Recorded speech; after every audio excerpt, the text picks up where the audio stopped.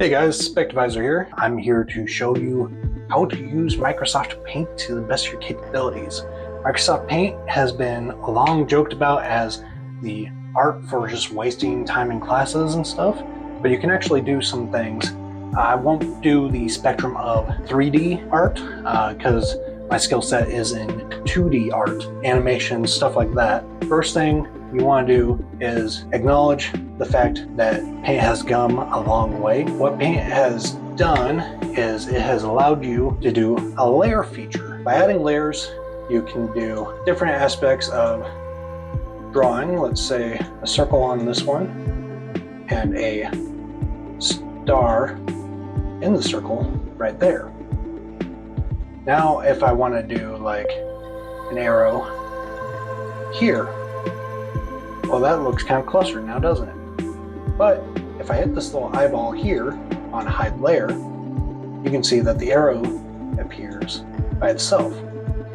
Now this can be used for multiple different things. If you're a person who sketches before you actually do draw, kind of the way I think about it is if you do a pencil sketch or outline or something like that before you actually do your drawing, this is a lot what layers is. Your base layer, which is your star and ball here, is your sketch outline. So what you do on your base layer is you do your basic forms. You can add layers later on or in between forms, shading, outlines, stuff like that. Let's do a basic head, circle, circle. Some people say I'm cheating because I'm using the pre-made smoothness of this to achieve the drawing that I want. Which is true, there are some cutaways from doing traditional hand drawing. I can do traditional hand drawing, but this is just showing you how to use a Microsoft Word for the cheapest feature. Because some people go and download apps for $100 and say that it is the end all be all, but if you're just breaking into the industry, Paint can work for you. Image on your computer is made of pixels. Each pixel is a little square box or a circle box, and they combine en masse to create an image on your screen. By creating the image on your screen, if you want something to look smoother, you need to zoom it out more. So if you want a item to appear really smooth, you make it really big and then zoom it out.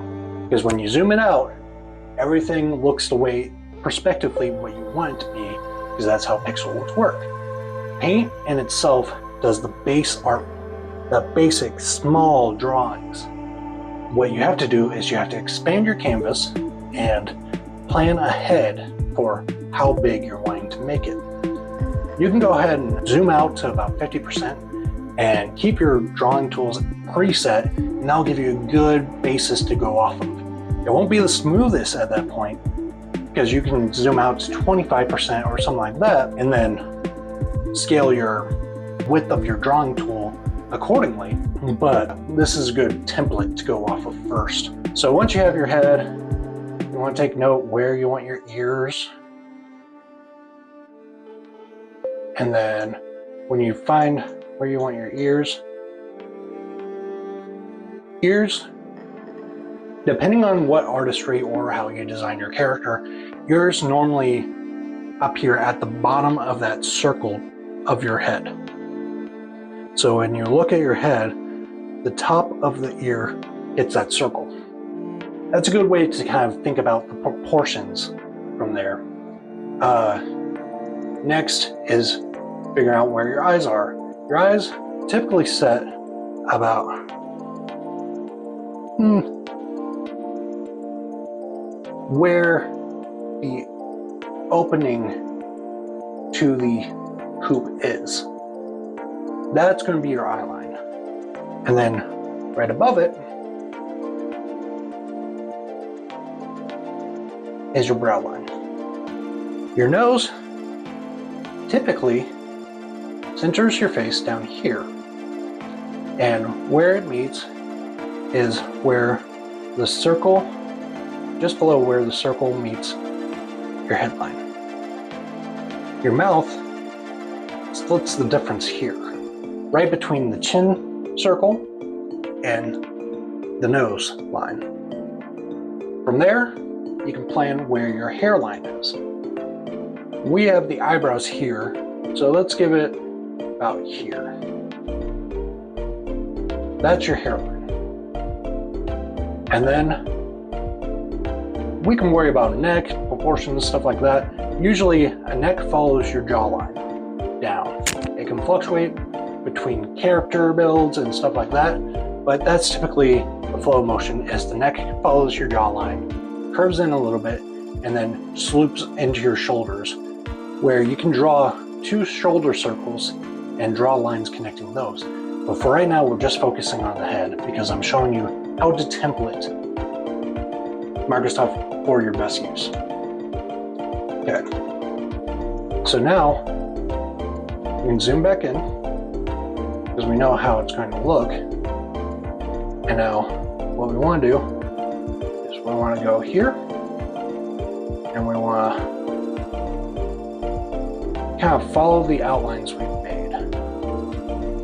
Now, if you have hair or something, like you're wanting your character to have sideburns or something like that, don't follow the path of the face right past the ear. You want to leave some space for the actual hair development. But right now, you always got to make sure that you see the dotted box too. If you don't see the dotted box, that means that that line is still active and you'll have to redo the curvature that you're working. Okay. I still like the kind of simplistic line expression. That's kind of how I'm feeling. I don't really want to put a lot of detail because this is an exploratory demonstration, not an actual drawing for drawing's sake. So then your nose is, I got the 2 nostrils and then I got the little dip down. That's your basic component to a nose, is a U and 2 L's. One facing one way, one facing the other. To give it structure and dimension, you can follow this line here, add a little arc. Follow it about out to the width of the nose, like you're going to make a dewdrop, and then do a little arc, and that'll give you the bridge of your nose, or whatever it's called. Well, can't do that one. Let's try again. So we do that. Okay. And if you really want a pointed nose, you can do another hoop on the other side. But now, to plan for the eyes. The eyes sit just beyond the square box. So we go down here and we draw a rectangle out to where the nose is. That's where the eyes begin. And the eyes end about an inch in on either side. So we'll do, that's a little bit much. There. Right there. So eyes get put in that measurement here. Let's go back to our main scale here. And we want the eyeballs pupils to be pretty square on this thing. You can always overlap the circles to make sure they're pretty close. Now, placement of these circles are important because where the horizon line lies within the iris is where your character is looking up or down. Where it is between your box and the outer eye is where they're looking left and right. So if you have an object that you're wanting to look straight forward at, you need to make sure that your horizon line is in the middle and they're in the middle of that box space. Okay? And then typically the iris also will be cut off a little bit, but because we're doing a quick demo.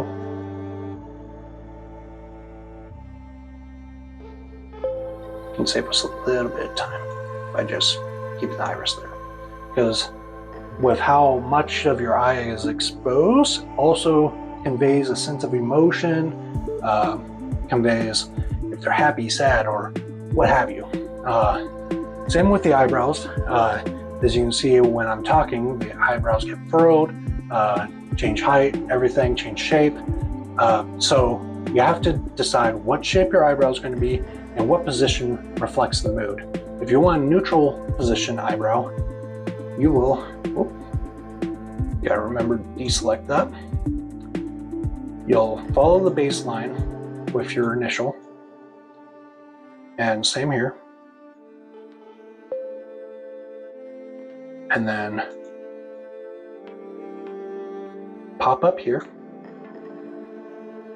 because I'm going to give them kind of a more thin eyebrow. Doing the overall shape and length first before you connect the bottom pieces helps to plan the face out more as you go on. So take a sneak peek. We have a face right here. It's a pretty generic face, reminds me of Saitama, but that's a face. And you have it measured out, you have its design and everything like that. And what you can do from there is you can do a color layer, which I add my color layers beneath the actual layer.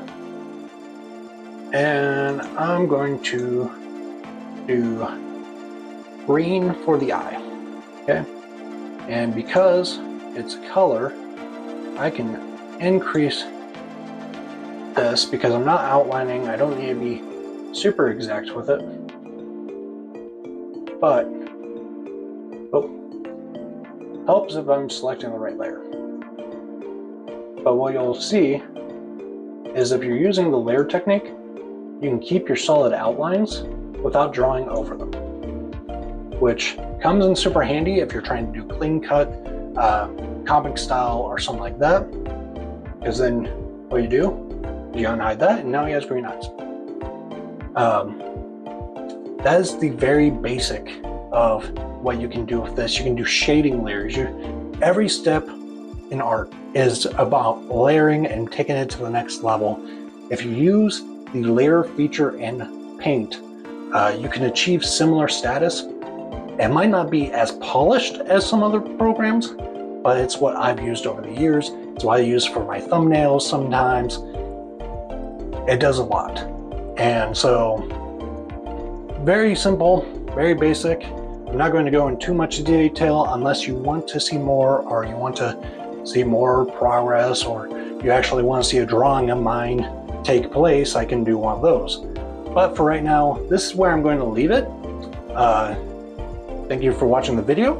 If you want to see more, leave a comment down below, like the video here. Go ahead and visit my Patreon, go visit my Instagram, Twitter. I'm trying to be everywhere I can and be in contact as much as I can. But that's all for this video. I hope you enjoyed it. Feel free to look around my channel, go see other videos, and I'll see you in the next one.